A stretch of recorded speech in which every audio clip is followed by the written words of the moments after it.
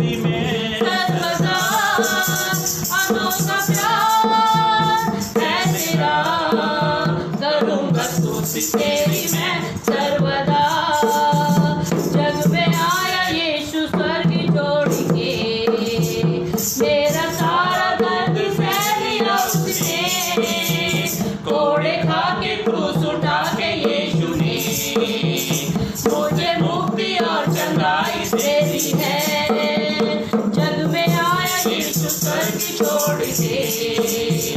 मेरा सारा दर्द सह लिया उसने, कोड़े खा के क्रूस उठा के यीशु ने मुझे मुक्ति और चंगाई दे दी है। अनोखा प्यार है तेरा, करूँगा स्तुति तेरी मैं सर्वदा। अनोखा प्यार है तेरा, करूँगा स्तुति तेरी मैं सर्वदा। फिर एक बार, अनोखा प्यार है तेरा, करूँगा स्तुति तेरी मैं सर्वदा।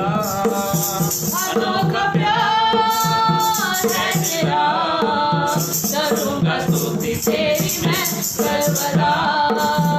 शून्य से लेके तूने मुझे रच लिया अपने ही रूप में, प्रेम किया है अनंत प्रेम से, दिया पुत्र मेरी मुक्ति के लिए। अनोखा प्यार है तेरा, करूँगा स्तुति तेरी मैं सर्वदा। अनोखा प्यार है तेरा, करूँगा स्तुति तेरी मैं सर्वदा। अन्य वस्त्र और सभी आशीषें उसने दी मुझको भरपूरी से, कष्ट और सब मुसीबतों से आँखी पुत्री जैसे संभाला मुझे।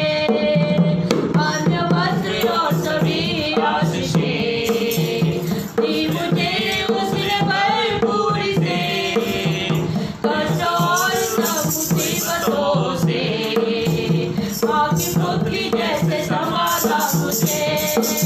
अनोखा प्यार है तेरा, करूँगा स्तुति तेरी मैं सर्वदा।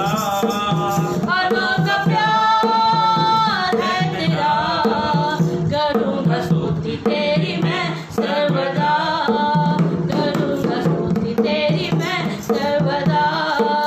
शून्य से लेके तूने मुझे रच लिया अपने ही रूप में, प्रेम किया है अनंत प्रेम से, दिया पुत्र मेरी मुक्ति के लिए। अनोखा प्यार है तेरा, करूँगा स्तुति तेरी मैं सर्वदा। अनोखा प्यार है तेरा, करूँगा स्तुति तेरी मैं सर्वदा।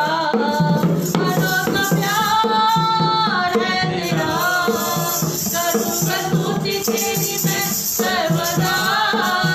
अनोखा प्यार है तेरा, करूँगा स्तुति तेरी मैं सर्वदा। करूँगा स्तुति तेरी मैं सर्वदा। करूँगा स्तुति तेरी मैं Thank you, Lord. सर्वदा। Hallelujah. स्तुति और महिमा हो राजा। धन्यवाद Thank Yeshu you, Raja, Father. के Thank you, प्रेम Father. के लिए Glory, पिता, glory, glory. तेरे प्रेम के लिए, तेरी दया के लिए हम तेरा धन्यवाद Yes, करते we पिता। worship you, Lord. और भी हम Worship you, आपको Lord. महिमा देने चाहते मेरे पिता Hallelujah. परमेश्वर, स्तुति और भी राजा। आपकी सिताइश करना चाहते Yes, प्रभु, yes, yes, आपके yes, पवित्र yes, नाम yes, को yes. और ऊंचा उठाना Yes, Father, चाहते yes, मेरे Father, yes, पिता। Father. हालेलुया, स्तुति और स्तुति महिमा हो हो राजा। धन्यवाद हो, Thank you, धन्यवाद Lord हो, महिमा हो Jesus. यीशु राजा। Jesus, hallelujah. आसमां के Yes, yes, yes. Thank you, Father. Thank you, Father. और धरती पर आसमां के नीचे और धरती पर सबसे ऊंचा है Glory to God, Jesus. यीशु तेरा नाम। वचन इस प्रकार से कहता है, Thank you, Father. Thank you. आसमान में मनुष्य के बीच में धरती पर केवल एक ही नाम है जो ऊंचा है, जो महिमा के योग्य है। उस नाम को बढ़ाई दे, उस नाम की प्रशंसा करें। आसमां के नीचे और धरती पर, आसमां के नीचे और धरती पर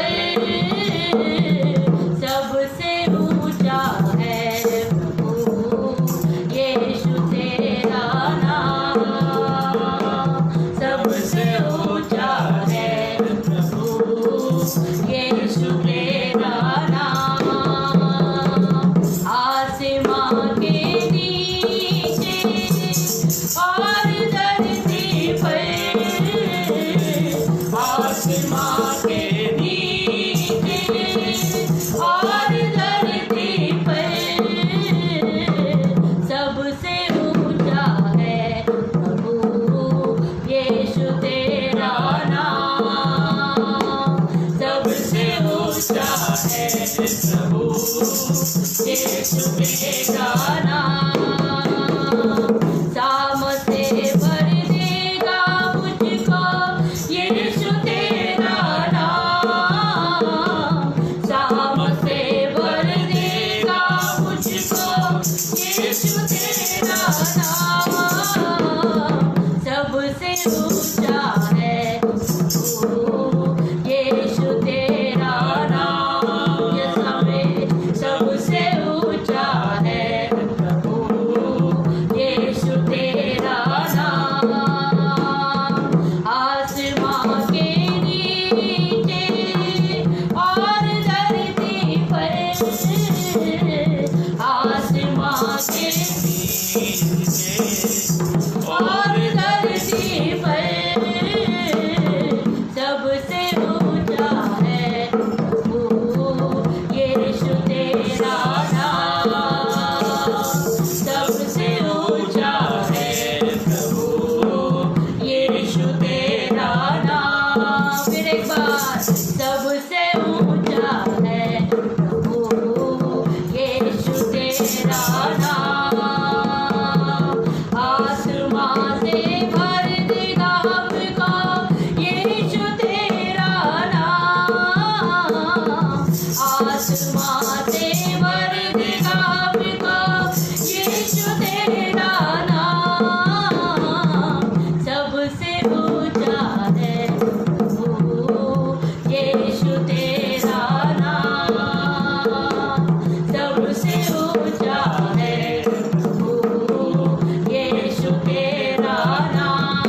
फिर एक बार आसमां के नीचे और धरती पर आसमां के नीचे और धरती पर सबसे ऊंचा है प्रभु यीशु तेरा नाम। सबसे ऊंचा है प्रभु यीशु तेरा नाम। रोगों से करता चंगा यीशु तेरा नाम। रोगों से करता चंगा यीशु तेरा नाम। सबसे ऊंचा है प्रभु यीशु तेरा नाम। सबसे ऊंचा है प्रभु यीशु तेरा नाम। सबसे ऊंचा है प्रभु यीशु तेरा नाम। पापों से करता है क्षमा यीशु तेरा नाम। पापों से करता है क्षमा यीशु तेरा नाम। सबसे ऊंचा है प्रभु यीशु तेरा नाम। सबसे ऊंचा है प्रभु यीशु तेरा नाम। आसमां के नीचे और धरती पर आसमां के नीचे और धरती पर सबसे ऊंचा है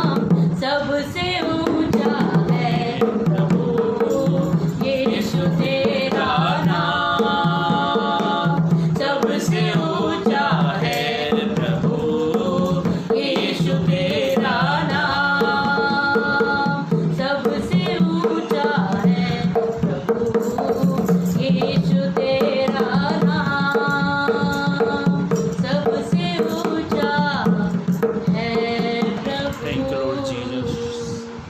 We worship you, Lord Yeshu Father. तेरा नाम। Yes, yes, Lord Jesus.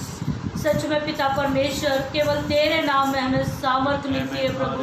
जब भी हम निर्बल होते हैं, जब भी हम दुर्बल होते हैं मेरे पिता, तेरा ही नाम हमें सामर्थ्य देता है मेरे खुदावन। हम महिमा करते प्रभु, आपकी प्रस्तुति करते मेरे खुदावन। और भी पिता तुझे आदर देना चाहते प्रभु, आपके लिए प्रभु स्तुति रूपी सिंहासन तैयार करना चाहते प्रभु, ताकि आप उस पर विराजमान हो मेरे खुदावन।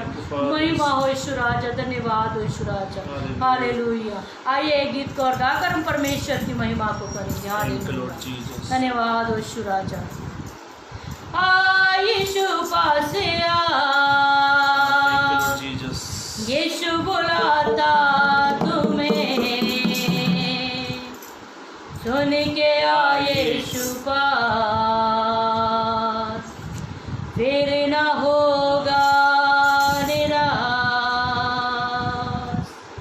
परमेश्वर का वचन इस प्रकार से कहता है मत्ती 11:28 में, हे सब परिश्रम करने वाले बोझ से दबे हुए लोगों मेरे पास आओ, मैं तुम्हें विश्राम दूंगा, मैं तुम्हें शांति दूंगा। जब यीशु हमें पास में बुलाता है तब वो अपनी अद्भुत शांति से हमें भर देता है, और सचमुच में उसके ही चरणों में शांति है। वो कहता है मैं अंत तक तुम्हारे साथ में रहूंगा, मैं जो तुम्हें शांति दिए जाता हूँ वो संसार तुम्हें कभी नहीं दे सकता। आइए इस गीत को गाकर हम परमेश्वर की और महिमा करेंगे। यीशु पास आ, यीशु बुलाता तुम्हें, सुन के आ यीशु पास, फिर न होगा निराश। यीशु पास आ, यीशु बुलाता तुझे, सुन के आ यीशु पास, फिर न होगा निराश। यीशु पास आ, यीशु बुलाता तुम्हें, सुन के आ यीशु पास, फिर न होगा निराश। यीशु पास आ, यीशु बुलाता तुम्हें, सुन के आ यीशु पास, फिर न होगा निराश। जिंदगी को दे दे हाथों में प्रभु यीशु के, संभालेगा वो तुझे जीवन के हर खतरों से। जिंदगी को दे दे हाथों में प्रभु यीशु के, संभालेगा वो तुझे जीवन के हर खतरों से। यीशु पास आ, यीशु बुलाता तुम्हें, सुन के आ यीशु पास, फिर न होगा तुम्हें। यीशु पास आ, यीशु बुलाता तुम्हें, सुन के आ यीशु पास, फिर न होगा निराश। यीशु पास आ, यीशु बुलाता तुम्हें, सुन के आ यीशु पास, फिर न होगा निराश। तेरे लिए क्रूस पे यीशु ने जान अपनी दी, ताकि तुझे मिल जाए शांति नई जिंदगी। तेरे लिए क्रूस पे यीशु ने जान अपनी दी, ताकि तुझे मिल जाए शांति नई जिंदगी। यीशु पास आ, यीशु बुलाता तुम्हें, सुन के आ यीशु पास, फिर न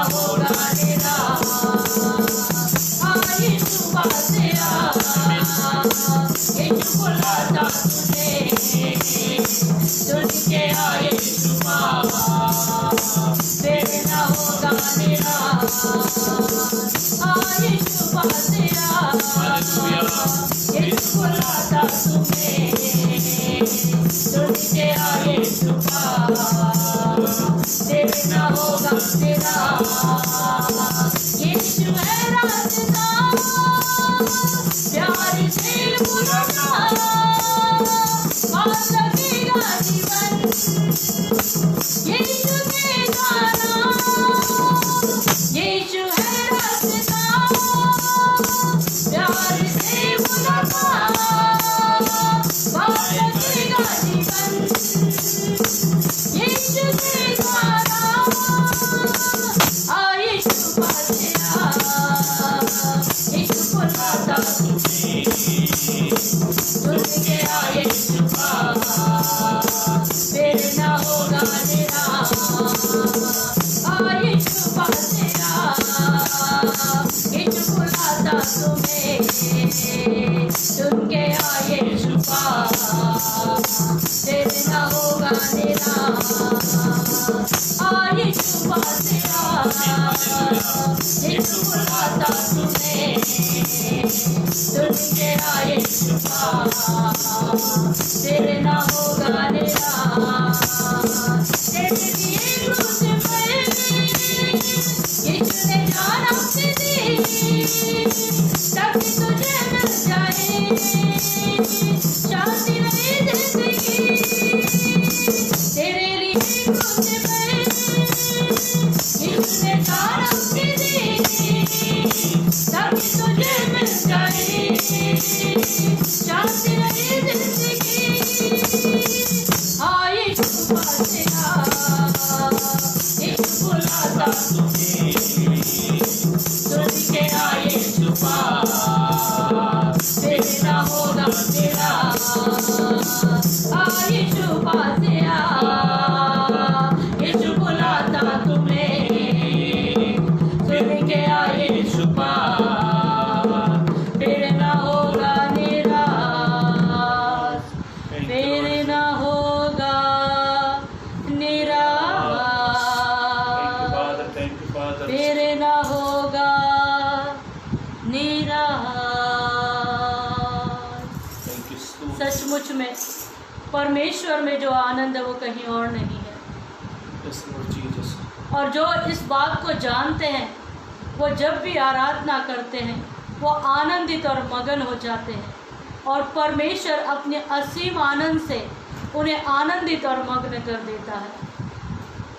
इस वक्त प्रार्थना का समय है, अपनी आंखों को बंद करें। धन्यवाद हो मेरे सर्वशक्तिमान परमेश्वर, आपका धन्यवाद करते मेरे खुदावन। जितने भाई बहन प्रभु आपके चरणों के निकट में आ चुके प्रभु, आप उनको पिता परमेश्वर भली भांति देख सकते हैं, भले हम उन्हें देख सके ना देख सके पिता, और हर एक की ज़रूरतों की ओर भी पिता आपकी पिता परमेश्वर दृष्टि है प्रभु। जिस भाई की बहन की जैसी आवश्यकता है उसको आप पूरा करें मेरे पिता, अपने स्वर्गीय भंडार को खोल कर पिता आप उन्हें आशीषित करें प्रभु। इस वक्त आपके वचन पर हम आपका आशीष चाहते हैं प्रभु। आपके वचन को बोलने के लिए आपके दास को आप सहायता करें, मदद करें। आप जो भी हमसे बोलना चाहते हैं प्रभु उसके लिए आप हमें तैयार करें मेरे खुदावन। आपने यहाँ तक हमारी सहायता की, धन्यवाद। प्रार्थना पवित्र यीशु के नाम से मांगते हैं, आमीन।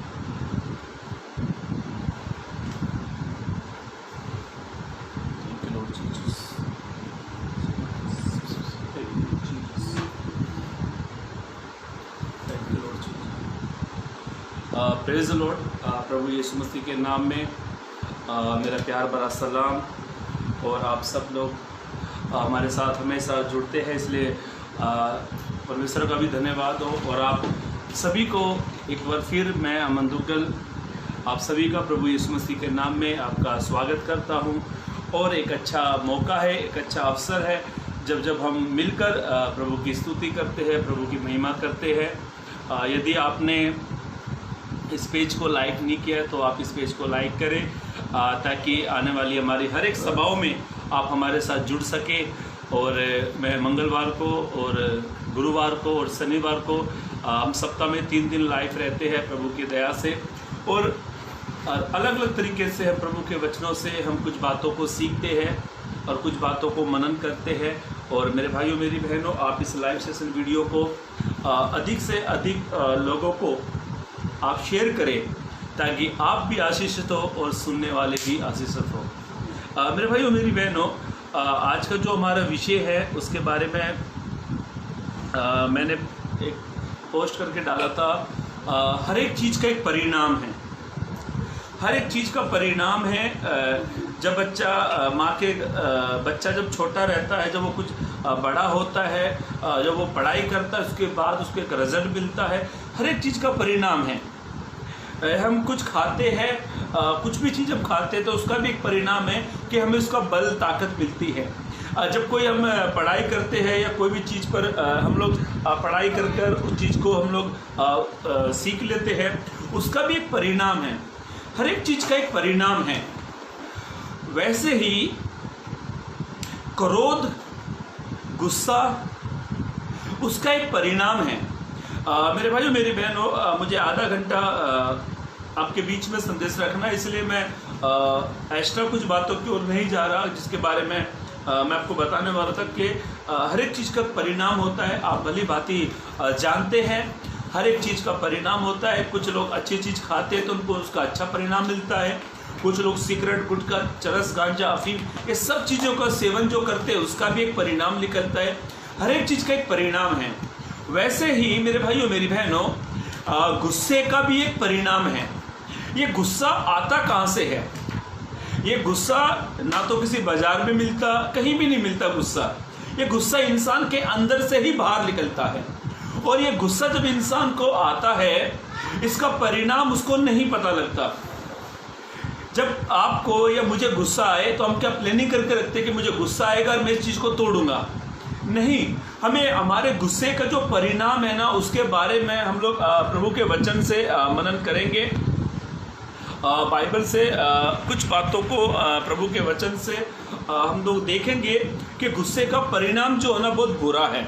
उसका जो रिजल्ट जो आएगा ना वो बेकार है, गलत है। और उसका रिजल्ट जो है इतना भयंकर होता है जिसके बारे में आप और मैं समझ नहीं पाते। मैंने कई लोगों को देखा और बाद में कहते मुझसे अनजाने से हो गया, मुझे गुस्सा आया और मैंने इस काम को कर दिया। और उसके बाद में उनको उसका परिणाम उन्हें मिल जाता है। गुस्से का परिणाम बड़ा भयंकर है। मेरे भाइयों मेरी बहनों, आज मैं सुबह जब काम पे से घर आ रहा था ना, हर छोटी छोटी बात पे इंसान को गुस्सा आ जाता है, हर छोटी छोटी बात पर। तो हमारे यहाँ पर कल्याण फाटा पर मैं जा रहा था तो बहुत ज़्यादा ट्रैफिक लगा हुआ था। तो एक स्कूल का वैन था, कोई छोटी सी वैन थी, वो जा रही थी। उन्होंने थोड़ा सा साइड में गाड़ी दबा दिया तो पीछे से एक बाइक वाला आया और उसने उसकी गाड़ी पर इतना जोर से गुस्सा मारा तो उसके अंदर के बैठे यात्री वो हैरान हो कि इसमें कौन इसने जोर से गुस्सा मारा। और ये व्यक्ति ने आगे उसकी अपनी बाइक उस वैन के सामने खड़ी कर दी। और मैं उसको देख रहा क्योंकि मैं वो साथ में, हम लोग साथ में निकल रहे थे। और उसने उस गाड़ी के सामने अपनी गाड़ी को रोक कर इतना उसने गुस्सा दिखाया, इतना उसके ऊपर वो क्रोधित हो गया। मुझे ऐसा लगता है यदि वो वैन वाला यदि सॉरी माफ़ी नहीं मांगता ना, तो मुझे ऐसा लगता है ये बाइक वाला उसको बहुत मारता था। ये दो जन थे और वो जो वैन चलाने वाला था वो बेचारा बड़ा सीधा साधा इंसान, तो उसको खुद ही नहीं मालूम था कि मैंने क्या किया। उसकी कोई गलती भी नहीं है, उसने कोई ओवर अटैक नहीं किया उसके ऊपर, पर फिर भी ये उसे मारने के लिए चढ़ गया। उसने बेचारे वैन वाले ने उसको सॉरी कहा, माफ़ मैं कहा। भाई वो उसने कहा भाई मुझे नहीं मालूम था, आप इतने गुस्सा हो गए। इसने आया और इसने बोला आगे से गाड़ी देखकर चला तो मैं गाड़ी को तोड़ डालूंगा। इतना क्रोध उसके अंदर। हो सकता है वो काम पर जा रहा था, हो सकता है वो 5 या 2 मिनट 3 मिनट लेट हो गया तो भी वो क्रोधित हो गया। और यदि वो वैन वाला सॉरी नहीं बोलता तो उसको मारता था। क्रोध जो होता है ना इंसान के अंदर, उसको उस क्रोध का रिजल्ट मालूम नहीं है। जब इंसान क्रोधित होता है, इंसान क्रोध में आ जाता है तो उसका परिणाम नहीं मालूम होता है।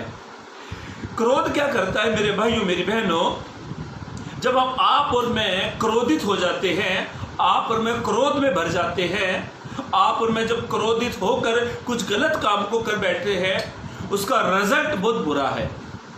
मेरे भाइयों मेरी बहनों, ये क्रोध का जो रिजल्ट है ना, सबसे पहला रिजल्ट क्या आएगा मालूम है? इस क्रोध का ये क्रोध हमें खुदा से अलग कर देगा। ये क्रोध जो है ना हमें परमेश्वर के मार्ग से दूर कर देगा। पढ़ लीजिए एक वचन, आप भजन संहिता की किताब, भजन संहिता उसका 2 अध्याय पद 12 को पढ़ें। हाँ, भजन संहिता 2 अध्याय उसका 12 पद पढ़ें। पुत्र को चूमो। हाँ, ऐसा ना हो कि वह क्रोध करे। हाँ, देखो मेरे भाइयों मेरी बहनों, आपके बेटे से या आपके बच्चे से कोई भी गलती होती है या कोई भी होता है तो उस पर क्रोध मत करो, उसको समझाओ, उसको क्रोध मत करो, उसे समझाओ। और यहाँ पे क्या लिखा, उसे क्या करो, उससे प्यार करो। यदि आप उससे प्यार ना करोगे तो आगे पढ़े। हाँ, पुत्र को चूमो। हाँ, ऐसा ना हो कि वह क्रोध करे। हाँ, और तुम मार्ग ही में नष्ट हो जाओ। हाँ, क्योंकि क्षण भर में हाँ, उसका क्रोध भड़कने को है। हाँ, ऐसा लिखा है, तुम मार्ग में नष्ट हो जाओ। क्रोध क्या करेगा, हमें मार्ग में ही नष्ट कर देगा। मैं आपको अभी पुराने नियम की ओर लेकर जाऊंगा, ध्यान से सुनना। क्रोध क्या करेगा, हमारे मार्ग से दूर करेगा। क्रोध क्या करेगा, हमें मार्ग में ही नष्ट कर देगा। और मेरे भाइयों मेरी बहनों, क्रोध क्या करता है, हमें नाश कर देगा, हमें मार्ग में मार डालेगा। इजरायली लोग जो थे, प्लीज ध्यान से सुनना, आपको ये बात अच्छी लगे तो आप कमेंट करें और प्रेज द लॉर्ड कहे, प्रभु की स्तुति करते हैं। ध्यान से सुने, मार्ग में नष्ट होने का मतलब, इजरायली जो लोग थे, ये 430 वर्ष बीतने के बाद 430 वर्ष बीतने के बाद प्रभु ने इसे फिरौन के हाथ से, मिस्र देश की गुलामी से मूसा के जरिए इनको निकाला। 430 वर्ष बीतने के बाद, वहां पे लिखा हुआ निर्गमन 12 के 37 पद में लिखा, 430 वर्ष बीतने के बाद जब प्रभु ने, यहोवा परमेश्वर ने इजरायलियों को मिस्र देश से निकाला, तो उनके लिए प्रभु ने एक अच्छा स्थान रखा था। उनके लिए प्रभु ने एक स्थान रखा था, एक देश रखा था जहां पर दूध और मधुर की धारा बहती है। और ऐसा लिखा है, पुरुष की जो संख्या थी ना, वो 6 लाख की संख्या थी। कई बाइबल के जानकार, कोई कहते हैं 21 लाख, कोई कहते हैं 24 लाख, कोई कहते हैं 18 लाख, अलग अलग सबका अनुमान, एक अंदाजा है। मैं तो 18 लाख में भी एग्री हो जाऊंगा शायद, क्योंकि 6 लाख पुरुष थे तो 6 लाख पत्नियां भी होगी, उनके बच्चे भी होंगे, कितने भी हो, 18 लाख हो या 21 लाख हो, सबका एक अनुमान है। पर बाइबल तो साफ स्पष्ट रूप से बताती है कि पुरुष की संख्या 6 लाख की थी। बाइबल के जानकार, बाइबल के बुद्धिजीवी एक अनुमान लगाते हैं, एक अंदाजा लगाते हैं, लगभग 24 लाख की संख्या थी। अभी सोचो मेरे भाइयों मेरी बहनों, बाइबल ऐसा कहती है, कनान देश का रास्ता कितने दिन का था? कनान देश का रास्ता कितने दिन का था? लगभग कितने दिन का था आपके अंदाजे से? 40 दिन का रास्ता था लगभग। सुनो, इनका जो रास्ता था, कोई कहते 40 दिन, कोई कहते पर 3 दिन का रास्ता था। 3 दिन का रास्ता था। सबका अनुमान अलग अलग डॉक्टरी, अलग अलग सबका कहने का मतलब है। पर ऐसा लिखा है, ये 40 साल तक जंगल में भटकते रहे, 40 साल तक ये जंगल में भटकते रहे। और ऐसा लिखा है, इनके ऊपर एक अगुवा रखा गया, इनके ऊपर प्रभु ने मूसा को रखा। और बाइबल ऐसा कहती है, मूसा जो था वो परमेश्वर से बात करने वाला था, सामने सामने बात करने वाला। ऐसा लिखा, जब मूसा सीनै पर्वत पर था, जब परमेश्वर ने उसको 10 आज्ञाओं की पट्टियों पर 10 आज्ञा लिख कर दी, तो जब मूसा नीचे उतर कर आया ना, तो ऐसा खुदा का वचन कहता है कि मूसा के चेहरे पर से किरणें निकल रही थी। इतना मूसा के ऊपर खुदा का तेज इतना था।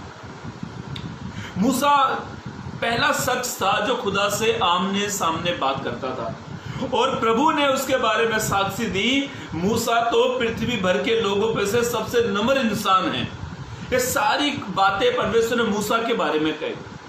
मूसा के जरिए ही प्रभु ने मिस्र देश से इजरायलियों को निकाला और मूसा के जरिए ही लाल समुद्र को दो भाग कर दिया, मूसा के जरिए ही आसमान से मन्ना खिलाया गया, मूसा के जरिए चट्टान से पानी निकला। और ऐसा लिखा है मूसा के जरिए ही प्रभु ने 10 आज्ञा इजरायलियों से पहुंचाई। मेरे भाइयों मेरी बहनों ध्यान से सुने, ऐसा क्या घटना घटती है बाइबल में जो प्रभु ने यहोवा परमेश्वर ने इजरायलियों के लिए मिस्र देश से निकालकर उनको कनान देश में ले जाने के लिए परमेश्वर ने कहा। पढ़े एक वचन निर्गमन की गिनती की किताब, निर्गमन की किताब उसका 34 अध्याय लिखा ले, निर्गमन उसका 34 अध्याय, हाँ 29 से पढ़े, निर्गमन 34-29 से पढ़े।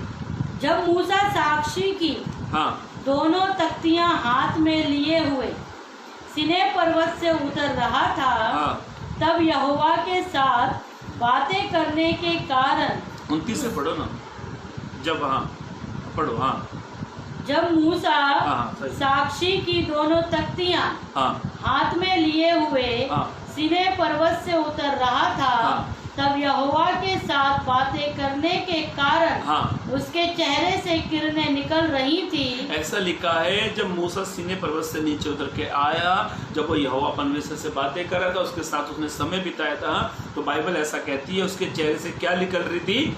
किरणें निकल रही थी। और मूसा ही ऐसा शख्स था जो इजरायलियों के और परमेश्वर के बीच में मध्यस्थी करता था। उनके बीच की बातें मूसा परमेश्वर से कहता था, परमेश्वर की बातें इजरायलियों को कहता था। मेरे भाइयों मेरी बहनों, ऐसा क्या कारण हो गया, ऐसा क्या घटना घटी जिससे परमेश्वर मूसा से नाराज हो गया? एक वचन और पढ़ लीजिए, नीति वचन उसका 29-22 पद पढ़े, नीति वचन उसका 29 अध्याय पद 22 पढ़े। हाँ नीति वचन उसका 29 अध्याय पद 22। क्रोध करने वाला मनुष्य, ऐसा लिखा है क्रोध करने वाला मनुष्य झगड़ा मचाता है। ऐसा लिखा है क्रोध करने वाला मनुष्य क्या करता है? झगड़ा मचाता है। तो कहां से मूसा के अंदर क्रोध आ गया? क्योंकि बाइबल तो कहती है मूसा पृथ्वी भर के लोगों में से बड़ा नम्र इंसान था, उसके बारे में साक्षी परमेश्वर ने कही। ऐसा लिखा पृथ्वी भर के लोगों में से। तो ऐसा क्यों मूसा के जीवन में हो गया जो मूसा बड़ा क्रोधित हो गया? आगे बताऊंगा, ध्यान से सुने, पढ़े इसको। हाँ क्रोध करने वाला मनुष्य झगड़ा मचाता है। ऐसा लिखा है, बाइबल कहती है, परमेश्वर का वचन कहता है, मेरे प्यारे भाइयों मेरी प्यारी बहनों, ऐसा लिखा है क्रोध करने वाला मनुष्य क्या करता है? झगड़ा मचाता है। अब घर में झगड़े होते कैसे हैं? क्रोध के कारण। घर में लड़ाई झगड़े क्यों होते हैं? क्रोध के कारण। घर में तोड़ा फोड़ी क्यों होती है? क्रोध के कारण। आप और मैं, हम इस क्रोध के शिकार हो जाते हैं। ये क्रोध क्या करता है? हम पर हावी हो जाता है। ये क्रोध क्या करता है? घर में झगड़े मचाता है। ये क्रोध क्या करता है? पति पत्नी को एक दूसरे को अलग कर देता है। क्रोध क्या करता है? बच्चे को माँ से अलग कर देता है, माँ बच्चे से अलग होती है। क्रोध क्या करता है? हमें अपनों से अलग कर देता है। क्रोध बहुत खतरनाक है। क्रोध का परिणाम बहुत बेकार है। मेरे भाइयों मेरी बहनों, एक वचन और पढ़े, गिनती की किताब उसका 20 अध्याय, गिनती किताब उसका 20 अध्याय उसका 10 से 13 तक पढ़े। हाँ गिनती मूसा और हारून ने मंडली को उस चट्टान के सामने इकट्ठा किया। मंडली को उस चट्टान के सामने इकट्ठा किया। तब मूसा ने उससे कहा, हे दंगा करने वालों। कौन किससे कह रहा मालूम है? मूसा इजरायलियों से कह रहा है। और हमने नीति वचन 29 का 22 पद क्या लिखा है? क्रोध करने वाला मनुष्य क्या करता है?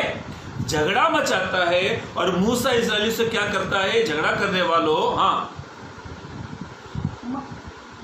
तब मूसा ने उनसे कहा, हे दंगा करने वालों सुनो। मूसा ने इजरायलियों से कहा, हाँ क्या हमको इस चट्टान में से तुम्हारे लिए जल निकालना होगा? मूसा कहता है कि चट्टान से तुम्हारे लिए जल निकालना होगा। तब मूसा ने हाथ उठाकर लाठी चट्टान पर 2 बार मारी। मूसा ने हाथ उठाकर अपनी लाठी चट्टान पर 2 बार मारी।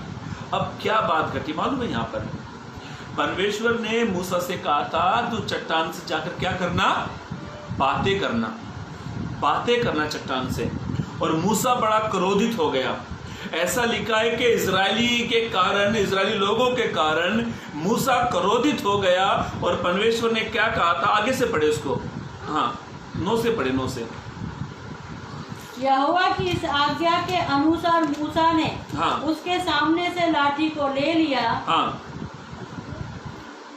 तब यहोवा ने मूसा से कहा उस लाठी को ले और तू अपने भाई हारून समेत मंडली को इकट्ठा करके उनके देखते उस चट्टान से बातें कर।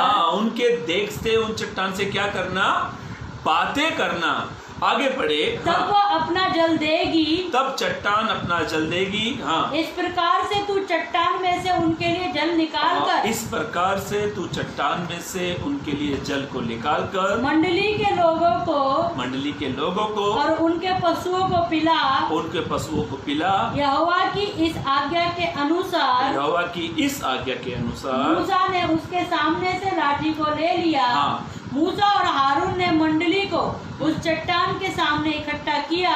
तब मूसा ने उससे कहा ये दंगा करने वालों, लड़ाई करने वालों, सुनो, क्या हमको इस चट्टान में से तुम्हारे लिए जल निकालना होगा? तब मूसा ने हाथ उठाकर लाठी चट्टान पर 2 बार मारी और उसमें से बहुत पानी फूट निकला। उसमें से पानी तो निकला। और मंडली के लोग अपने पशुओं समेत पीने लगे। पूरे मंडली के लोग इस्राएलियों ने पशु समेत पानी को पी लिया। आगे बढ़े। परंतु मूसा और हारून से यहोवा ने कहा, मूसा और हारून से यहोवा परमेश्वर ने कहा, तुमने जो मुझ पर विश्वास नहीं किया और मुझे इजरायलियों की दृष्टि में पवित्र नहीं ठहराया, इसलिए तुम इस मंडली को उस देश में पहुंचाने न पाओगे जिसे मैंने उन्हें दिया है। उस सोते का नाम मरीबा पड़ा। अभी उस सोते का नाम मरीबा पड़ा। और आगे की घटना सभी भली भांति जानते हैं। ऐसा लिखा है क्योंकि इजरायलियों ने यहोवा से झगड़ा किया। अब पूरी बाइबल ध्यान से पढ़ लेना। भी मेरा एक सवाल आपसे भी, आप पूरी बाइबल ध्यान से पढ़ लेना। और मूसा से परमेश्वर ने कहा कि तू इजरायलियों को कहां पर लेके जाएगा? कनान देश, जहां पर दूध और मधु की धाराएं बहती है। वो स्थान पर मूसा इजरायलियों को लेकर जाने वाला था। पर बाइबल ऐसा कहती है, कहीं भी ऐसा नहीं लिखा है, कहीं भी ऐसा नहीं लिखा है कि मूसा के बारे में परमेश्वर ने ये कहा हो कि मूसा तू कनान देश नहीं जाने पाएगा। मालूम है क्यों? मूसा को अपने क्रोध का परिणाम नहीं मालूम था। मूसा को नहीं मालूम था कि मेरे क्रोध का ये परिणाम निकलेगा। और मूसा क्रोधित इजरायलियों के कारण हो गया। कई बार क्रोध कब आता है? हमारे घर में जब हमारे बच्चे नहीं सुनते हैं, हमारे बच्चे आपस में झगड़ा करते हैं, माँ बाप बैठे चुप हो जाओ, बैठ जाओ, रिलैक्स हो जाओ, तब माँ बाप को गुस्सा आ जाता है। मूसा को गुस्सा आ गया और मूसा ने लाठी चट्टान पर मारी। और परमेश्वर ने कहा क्या था? बातें कर। और ये कर क्या रहे हैं? लाठी मारी। ध्यान से सुनो मेरे भाइयों मेरी बहनों, क्रोध का परिणाम मूसा को नहीं पता था। और ऐसा लिखा है कि पूरे इजरायली लोग, जो बाइबल के जानकार बुद्धिजीव कहते हैं, 24 लाख के लगभग जो लोग थे, पूरे के पूरे इजरायली लोग, ऐसा प्रभु का वचन कहता है, एक भी जन वहां पर नहीं पहुंच पाया। सिर्फ 2, योशू और कालेब, ये 2 लोग पहुंचे बस। क्यों इनसे वो मार्ग में ये नष्ट हो गए? क्रोध के कारण। क्रोध क्या करेगा मेरे भाइयों मेरी बहनों? उसका परिणाम बहुत बुरा है, रिजल्ट बहुत बुरा आएगा। कई बार आपके मेरे लिए प्रभु ने एक अच्छा स्थान रखा है, एक अच्छी आशीष परमेश्वर ने हमारे लिए है, एक अच्छी उन्नति परमेश्वर ने हमारे लिए रखी है। पर कई बार हमारा क्रोध उन सब बातों से भी वंचित कर देता है। इजराइल लोग वंचित हो गए कनान देश में जाने से। परमेश्वर का वचन इस प्रकार से कहता है मेरे भाइयों मेरी बहनों, मेरे पास बहुत सारे उदाहरण एग्जाम्पल आपको बताने के लिए। क्रोध का परिणाम बहुत बुरा है। क्रोध जो है ना, उसका रिजल्ट बहुत बुरा आएगा। मेरे भाइयों मेरी बहनों ध्यान से सुने, ये क्रोध क्या करेगा? हमें मार्ग में नष्ट कर देगा। ये क्रोध क्या करेगा? हमें मार्ग में दुख देगा। मैं पिछले वीक में मैं काम पर जा रहा था, एक लड़का इतनी स्पीड से बाइक ले रहा था, इतनी स्पीड से, वो 220 बाइक थी, और उसने एक को ओवर अटैक किया। तो दूसरा जन से कहने लगा बम्बई की भाषा में, शाणे जरा देख के बाइक चला। तो ये लड़का बड़ा गुस्सा हो गया इतना उसको, और ये उसको दिखाने के लिए, ये सत्य घटना बता रहा हूँ, एक हफ्ता लगभग होके गया, मैं मेरी वाइफ को भी मैंने आके बताई घटना। वो लड़का इतना आगे जाकर, उस लड़के का एक्सीडेंट जब हुआ, मैंने देखा तो ये जो हमारी जो मांडी होती है ना, मांडी, ये सातल, उसकी हड्डी टूट कर पैंट में से ऐसे बाहर निकली हुई, और लोग तमाशा देख रहे, तमाशा। अब मुझे ये नहीं मालूम वो लड़का काम पर जा रहा था, मुझे ये भी नहीं मालूम वो लड़का घर जा रहा था, और ना ही मुझे ये मालूम था ये लड़का किस काम से जा रहा था। पर मैं एक चीज़ जान रहा था, ये बड़ा क्रोधित हो गया, गुस्सा हो गया, और जवान लड़का था, जवान, और आगे जाके एक्सीडेंट हो गया। मार्ग, क्रोध करने वाला मार्ग में क्या हो जाता है? नष्ट हो जाता है। इजरायली लोग मार्ग में ही नष्ट हो गए, एक भी नहीं पहुंचा वहां पर, सिर्फ 2 लोगों को छोड़कर। मेरे भाइयों मेरी बहनों, ध्यान से सुने, जो अगुवाई करने वाला मूसा, वो भी वहां तक नहीं पहुंचा।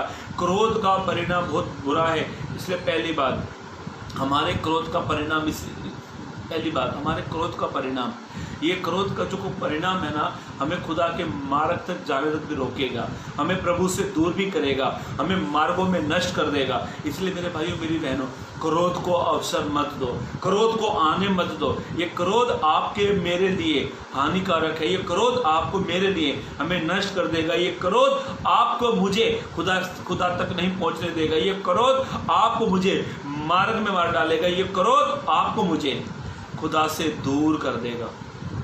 ध्यान से सुनो मेरे भाइयों मेरी बहनों, पहली बात क्रोध का परिणाम, क्रोध का परिणाम जो हमने भजन संहिता 2 के 12 पद में ऐसा लिखा, ये क्रोध का परिणाम हमें मार्ग में नष्ट कर देगा। इजरायली लोग, पूरे के पूरे इजरायली लोग मार्ग में नष्ट हो गए। किसी इजरायली को नहीं पता था कि हम मर जाएंगे, सपने देखे होंगे, मैं ऐसे बाइबल तो नहीं बताती है, पर मैं एक अनुमान अंदाजा लगाता हूँ, सबने सपने देखे होंगे कि अब तो कनान देश में जाएंगे, अच्छी जगह पे जाएंगे। मूसा ने भी शायद मैं तो नहीं, बाइबल तो नहीं कहती कि सपने देखे, पर मैं ऐसा सोच रहा हूँ, कोई मुझे आके कहे कि अमन तू यहाँ से उल्लासनगर से निकल, और कोई पासवान आके मुझे कहे यहाँ से निकल, प्रभु ने तेरे लिए अमेरिका प्रभु तुझे बुला रहा है। अमेरिका का नाम सुनते तो मुझे ऐसा लगा, मेरी नींद सब कुछ खराब, सब अरे यार अमेरिका जाना है। अरे ऐसा हो गया, एक दिन मैं क्रोध कर बैठा, गुस्सा कर बैठा, उसके कारण मैं अमेरिका नहीं जा पाया। इजरायलियों को शायद सपने आते होंगे, इजरायलियों को बड़े अच्छे सपने आते होंगे, सुकून से रहते होंगे, कनान देश जाना है, जिसके बारे में खुदा ने अब्राहम के टाइम तक कहा था कि कनान देश में जाना है। किसी इजरायली को ये नहीं मालूम था, इजरायलियों को, कि हम कनान देश में नहीं पहुंच पाएंगे। सबको एक ही सपना था, कनान देश में जाएंगे। मूसा को भी एक ही चीज़ मालूम था कि मैं कनान देश जाऊंगा, हारून को भी मालूम था मैं कनान देश में जाऊंगा, पर क्रोध के परिणाम के कारण सिर्फ 2 लोग पहुंचे। क्रोध क्या करेगा मेरे भाइयों मेरी बहनों, आपको मुझे प्रभु के पास तक नहीं जाने देगा। एक ही बात पर समय बहुत हो गया, अभी दूसरी बात को चलेंगे। आप पढ़े, पहली बात क्रोध का परिणाम क्या है, कि क्रोध का परिणाम हमें मार्ग में नष्ट कर देगा, खत्म कर देगा। इजरायली लोग मर गए सबके सब, कुछ अपने पापों के कारण, कुछ परमेश्वर के क्रोध के कारण ये मर गए। ऐसा लिखा है, कुरिन्थियों की किताब आप पढ़ोगे तो एक दिन में 23,000 लोग भी मर गए, परमेश्वर का क्रोध उनके ऊपर आ गया। क्रोध का परिणाम बहुत बुरा है। पढ़े दूसरी वचन से जल, ऐसा लिखा है मेरे भाइयों मेरी बहनों, एक वचन पढ़ ले तो आपको समझ में आ जाएगा। नीति वचन उसका 6 अध्याय पद 24 पढ़ ले। हाँ, नीति वचन उसका 6 अध्याय पद 24। हाँ, ताकि नीति वचन 6 अध्याय पद 24 पद पढ़े।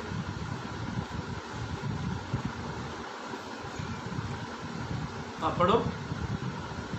ताकि तुझको बुरी स्त्री, एक मिनट, क्या पढ़ रहे हो? नीति वचन 6 अध्याय का 24 पद पढ़ रहे हो? एक मिनट।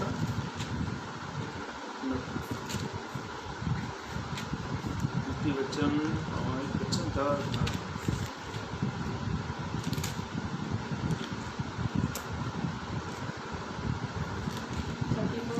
हाँ पढ़ो। क्योंकि जलन से पुरुष बहुत ही क्रोधित हो जाता हाँ, है। मैं समझ चाहता हूँ क्या पढ़ा है वचन? 34। नीति वचन 6 अध्याय 34 पद हम यहाँ पर पढ़ रहे हैं। नीति वचन की किताब उसका 6 अध्याय उसका 34 पद पढ़े। हाँ, क्योंकि जलन से पुरुष बहुत ही क्रोधित हो जाता है। बहुत ही क्रोधित होता है। ये जलन से परमेश्वर मनुष्य क्या हो जाता है? बड़ा क्रोधित हो जाता है। हाँ, और पलटा लेने के दिन वह कुछ कोमलता नहीं दिखाता। बदला लेने के टाइम कुछ कोमलता नहीं दिखाता, मतलब कुछ दया नहीं करेगा वो। हमारे पास सीधा सीधा बाइबल में उदाहरण है। कैन जो था हाबिल से जलने लगा, मन ही मन में जलने लगा। ऐसा लिखा है, कैन जो था किसान बना और हाबिल चरवा बना। ये दोनों भाई अपनी भेंट लेकर आए। बाइबल ऐसा कहती है, परमेश्वर ने हाबिल की तो भेंट को ग्रहण कर लिया पर कैन की नहीं करी। जब कैन की भेंट ग्रहण ना करी तो कैन बड़ा क्रोधित हो गया। ये नीति वचन फिर से पढ़कर हम जल्दी उत्पत्ति किताब में जाएंगे। पढ़े नीति वचन, ध्यान से पढ़ना। हाँ, क्योंकि जलन से पुरुष बहुत ही क्रोधित हो जाता है। देखो, बाइबल ऐसा कहती है, क्योंकि जलन से मनुष्य बहुत क्रोधित होता है। जलन मतलब कैसे आती है? आपके पास एक एग्जाम्पल देता हूँ। आपके पास एक घर है, आपके पड़ोसी के पास 2 घर है। कोई आत्मिक जीवन में आगे बढ़ रहा है तो कोई आत्मिक जीवन में डाउन है। जो डाउन है ना, वो आत्मिक जीवन से आगे बढ़ने वाले से जलेगा, मन में क्रोध लेगा, जलापट आएगी, नफरत आएगी, क्रोधित हो जाएगा वो। और ऐसा लिखा है, कैन क्रोधित होने का इसलिए कारण था कि कैन हाबिल की भेंट से जलने लगा। हाँ, बड़े वचन कुचल से। हाँ, क्योंकि जलन से पुरुष बहुत ही क्रोधित हो जाता है। जलन से पुरुष बहुत ही क्रोधित हो जाता है और पलटा लेने के दिन और बदला लेने के टाइम पर वह कुछ कोमलता नहीं दिखाता। इसका मतलब होता है, कुछ कोमलता ना दिखाने का मतलब होता है, तू दया मत करना, तरस मत खाना, प्यार मत दिखाना, बदला लेना तो लेना है। अब वापिस हम उत्पत्ति किताब में जैसे जलाएंगे। उत्पत्ति की किताब उत्पत्ति की किताब उसका 5 पद पढ़ ले। उत्पत्ति 4 उसका 5 पद। हाँ, परंतु कैन और उसकी भेंट को, ऐसा लिखा है प्रभु का वचन, परमेश्वर का वचन इस प्रकार से कहता है। मेरे भाइयों मेरी बहनों, इस बात को जरा ध्यान से सुनना प्लीज। ये आपके मेरे लिए बड़ी लाभ की बात है, ध्यान से सुनना। ऐसा लिखा है, पढ़े वचन को। हाँ, कैन और उसकी भेंट को उसने ग्रहण न किया, मतलब परमेश्वर ने ग्रहण ना किया। तब कैन अति क्रोधित हुआ। ऐसा लिखा है, कैन बड़ा क्रोधित हो गया। और ऐसा लिखा है मेरे भाइयों मेरी बहनों, कैन इतना क्रोधित हो गया कि उसने अपने भाई हाबिल को, ऐसा लिखा है, आप 8 से 11 तक आप पढ़ोगे, समय नहीं मेरा पढ़ाने के लिए। उसने अपने भाई को, वे भूमि पर थे, मैदान में, ऐसा लिखा मैदान में वो थे। और कैन इतना क्रोधित हो गया था, उसने अपने भाई को मार डाला। कैन हाबिल को नहीं पता था कि मेरी मौत का जिम्मेदार मेरा भाई होगा। बाइबल बड़ी ध्यान से पढ़े ना, कहीं भी नहीं लिखा। और ना ही कैन को मालूम था कि मेरे क्रोध के कारण मैं मेरे भाई को मार डालूंगा। किसी को अपने क्रोध के परिणाम के बारे में नहीं मालूम है। जब आपको मुझे क्रोध आता है ना, तो हमको नहीं मालूम हम क्रोध में क्या करने वाले हैं। क्रोध का परिणाम बहुत बुरा है। और ऐसा लिखा मेरे भाइयों मेरी बहनों, हाबिल कैन ने अपने भाई को मार डाला। आज मेरे भाई मेरी बहनों, आज हम न्यूज़ में देखते हैं, पेपर में आए दिन खबर मिलती है, अलग अलग चीज़ों में सुनने में आती हैं कि भाई ने भाई को मार दिया। और अब तो मैंने इतनी हद तक न्यूज़ को देखा है कि एक पिता अपनी बेटी को भी मार देता है, बेटी पिता को मार देती, मालूम है, क्रोध के कारण, जलन के कारण। कैन को कहीं भी पूरी बाइबल में नहीं, पढ़ लो, कैन को कहीं भी नहीं पता था कि कैन अपने भाई की मौत का जिम्मेदार बनेगा, नहीं पता था। और ना हाबिल को पता था कि मेरी मौत मेरे भाई के हाथ से होगी, नहीं पता था। पर जब क्रोध आता है ना, तो ये क्रोध इंसान के माइंड को सुन कर देता है। ये क्रोध क्या करता है, इंसान के दिमाग को चलने नहीं देता है। ये क्रोध क्या करता है, आपको मुझे सुन कर देता है। और जो हमको क्रोध के समय आया, हम उसी को ही कर बैठते हैं। क्रोध के कारण हाबिल मर गया। और ऐसा लिखा है, पर क्रोध का परिणाम भी मिला, दंड मिला। और मालूम है क्या, परमेश्वर ने उसको एक दंड दिया। किसको? कैन को। और कैन भगोड़ा बन गया। परमेश्वर ने उसको दंड दिया। क्या था वो दंड? पढ़े इसका। हाँ, उत्पत्ति 4 अध्याय उसका 10 पद पढ़े। हाँ, उसने कहा तूने क्या किया है? हाँ, तेरे भाई का लहू भूमि से। उसने कहा, इसका मतलब है परमेश्वर ने कैन से कहा तूने क्या किया है? तेरे भाई का लहू भूमि से। तेरा भाई का लहू भूमि से मेरी ओर चिल्लाकर मेरी दुहाई दे रहा है। इसलिए अब भूमि जिसने तेरे भाई का लहू तेरे हाथ से पीने के लिए अपना मुंह खोला है, उसकी ओर से तू श्रापित है। चाहे तू भूमि पर खेती करे, तो भी उसकी पूरी उपज फिर तुझे न मिलेगी, और तू पृथ्वी पर भटकने वाला और भगोड़ा होगा। ऐसा लिखा है। एग्जाम्पल के तौर से मान लिया जाए, एक एग्जाम्पल देता हूँ, कैन की फसल की, एक एग्जाम्पल देता हूँ, कैन की फसल की पूरी कमाई, एक एग्जाम्पल देता हूँ, कैन की पूरी फसल की कमाई मान लिया जाए 1 लाख हो, तो कैन क्या सोचेगा? मुझे 1 लाख मिल रही है। पर प्रभु ने क्या कहा? पूरी नहीं। कितनी है? आधी। तो भगोड़ा होगा। और कैन को नहीं पता था कि मुझे परमेश्वर की ओर से दंड भी मिलेगा। उत्पत्ति 4 अध्याय का पूरा पढ़ लेना। ना तो कैन को ये पता था मेरे क्रोध का परिणाम इतना बुरा होगा कि मैं मेरे भाई को मार डालूंगा, और ना ही ये कैन को पता था मेरे क्रोध का परिणाम प्रभु मुझे दंड देगा। मेरे भाइयों मेरी बहनों, क्रोध का परिणाम बहुत बुरा है। इसीलिए आप मेरे भाइयों मेरी बहनों, क्रोध को अपने ऊपर आने मत दो। मैं ये नहीं कहना चाहता कि क्रोध नहीं आता। यस, आता है, मुझे भी आता है, आपको भी आता है, पर आपको मुझे ये नहीं मालूम कि हमारे क्रोध का परिणाम क्या निकलेगा। इसलिए मेरे भाइयों मेरी बहनों, और मैंने विषय का नाम भी डाला हुआ है, हमारे क्रोध का परिणाम। हाबिल को नहीं पता था कि मैं मर जाऊंगा, कैन को नहीं पता था कि प्रभु मुझे दंड देगा, और कैन को ये भी नहीं पता था कि मैं भगोड़ा बन जाऊंगा। कहीं भी नहीं लिखा है, पर इनके क्रोध के कारण उनके जीवन में ये सब काम घटे। हमारा क्रोध हमारे जीवन में दंड को लेकर आता है। प्रभु दयालु है, प्रभु प्रेमी है, वो प्रेम का सागर है, वो दयालु है, परमेश्वर है।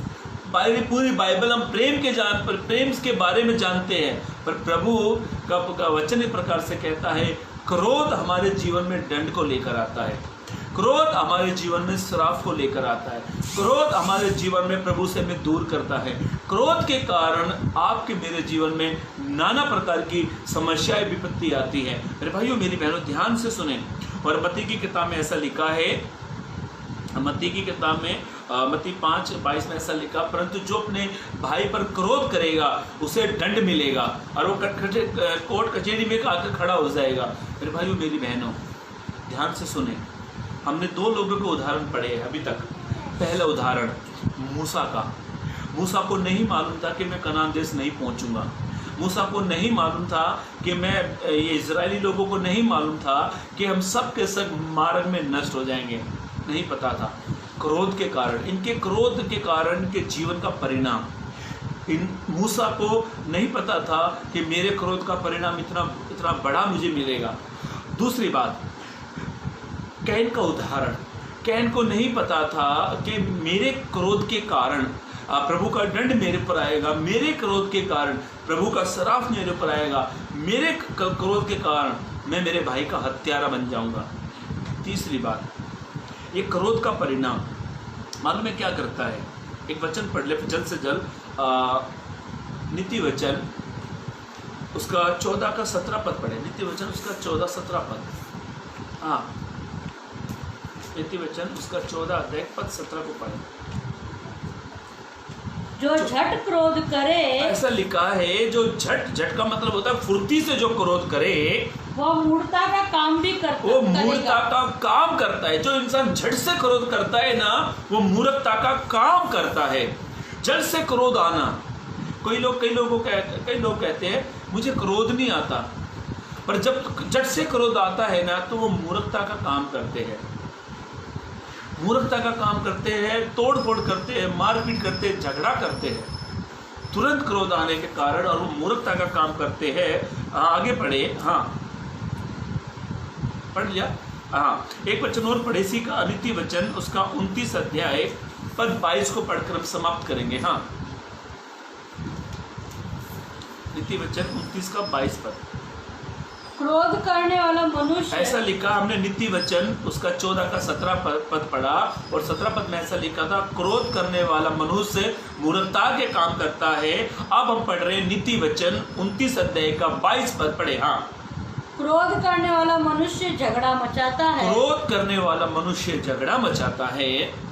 हाँ और अत्यंत क्रोध करने वाला अपराधी भी होता है। क्रोध करने वाला अपराधी बनता है। आज मालूम है, आज भारत देश में क्यों लोग अपराधी बन गए? उनके क्रोध के कारण। क्यों लोग आज जेल में चले गए? उनके क्रोध के कारण। मेरे भाइयों मेरी बहनों, हमारा क्रोध का परिणाम हमें अपराधी बना देगा। अपनों को, एक बार मैं एक न्यूज़ को देख रहा था, बहुत पुरानी न्यूज़ है, यूट्यूब पे ही देखा था मैंने, लगभग 2013-14 की न्यूज़ है। एक भाई को क्रोध के कारण, हाँ बोरीवली वेस्ट में, हाँ बोरीवली की घटना है ये, क्रोध के कारण उसने अपने भाई को इतनी बुरी तरीके से मार डाला। जब घर वालों को पता लगा, जब घर वालों ने पता लगा कि भाई ने भाई को मार डाला, तो ये व्यक्ति अपने परिवार की नज़र में ये अपराधी बन गया। कई बार आपका मेरा क्रोध हमें अपनों की नज़र में अपराधी बनाता है। कई बार मेरा आपका क्रोध हमें परमेश्वर की नज़र में भी अपराधी बनाता है, और कई बार आपका मेरा क्रोध हमें खुद की नज़र में भी अपराधी बनाता है। मेरे भाइयों मेरी बहनों, हमारे क्रोध का परिणाम ये हमें अपराधी बना देगा। आप इतिहास निकाल के पढ़ लो, इतिहास जानकारी ले लो। आज सबसे ज़्यादा मर्डर जो हो रहे हैं ना, हत्याएं जो हो रही है, ये क्रोध के कारण हो रही है। भाई भाई को मार रहे हैं, इंसान को इंसान नहीं समझ रहा, इंसान के टुकड़े टुकड़े कर इंसान को फेंक रहा है, जलन के कारण, क्रोध के कारण। और आज इंसान क्रोध के कारण अपराधी बन गया है। मेरे भाइयों मेरी बहनों, आप अपने आप पर क्रोध को हावी मत होने दो। मैं ये कथा भी नहीं कह सकता कि क्रोध नहीं आता, यस आता है। यीशु ने भी एक बार क्रोध किया, जब आराधनालय में कुछ व्यापार उन्होंने बनाया था। देखो, क्रोध आप कर भी देते हो ना, तो ऐसा करो कि क्रोध आया तुरंत ठंडा हो गया। सूर्य अस्त होने से पहले आपके अंदर क्रोध भी नहीं रहना चाहिए। और मैं फिर भी आपसे कहना चाहता हूँ, मेरे प्यारे भाइयों, मेरी प्यारी बहनों, क्रोध का परिणाम बहुत बुरा है। हमारे क्रोध का जो परिणाम है बहुत बुरा है। मूसा का क्रोध, इस्राएलियों का क्रोध, इनके बारे में आप इतिहास पढ़ लो। इनके क्रोध के कारण ये पहुंच नहीं पाए। मूसा से कहा था बातें करना, पर मूसा, इस्राएलियों के क्रोध के कारण मूसा इतना हो गया कि जाकर से पर्वत पर लाठी मारी, और पर्वत पर उसने बात करने के लिए परमेश्वर ने कहा था, चट्टान पर उसने बात करने के लिए कहा था, और जाकर उसने चट्टान पर लाठी मारी। ऐसे लिखा है, ये सब के सब जंगल में नष्ट हो गए, मार्ग में नष्ट हो गए। मूसा को नहीं पता था कि मैं कनान देश नहीं पहुंच पाऊंगा। वैसे ही कैन को नहीं मालूम था कि मैं भगोड़ा बन जाऊंगा। कैन को नहीं मालूम था कि मैं मेरे भाई का हत्यारा बन जाऊंगा। कैन को नहीं मालूम था कि मुझे दंड मिलेगा। किसी को नहीं मालूम होता कि हमारे क्रोध का परिणाम है क्या।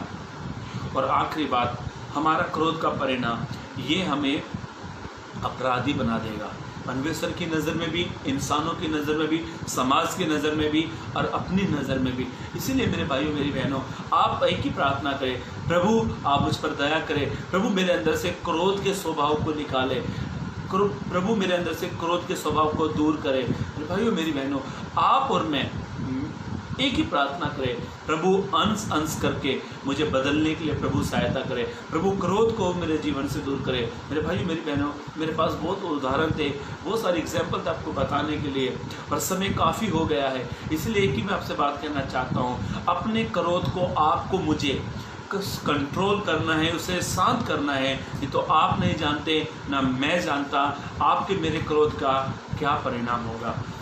प्रभु से आप प्रार्थना करें, प्रभु मेरे जीवन से क्रोध के स्वभाव को दूर करे। प्रभु अनुग्रहकारी है, वो दयालु है, वो अनुग्रह करेगा और एक दिन आप और मैं अपने आप को ये क्रोध के स्वभाव से हम बाहर निकाल लेंगे, ताकि आने वाले दिनों में आप और मैं मिलकर जीवते परमेश्वर की महिमा करते हैं। प्रभु इस वचन के जरिए आपको आशीष दे, चलने के लिए मदद और सहायता करें। God bless you.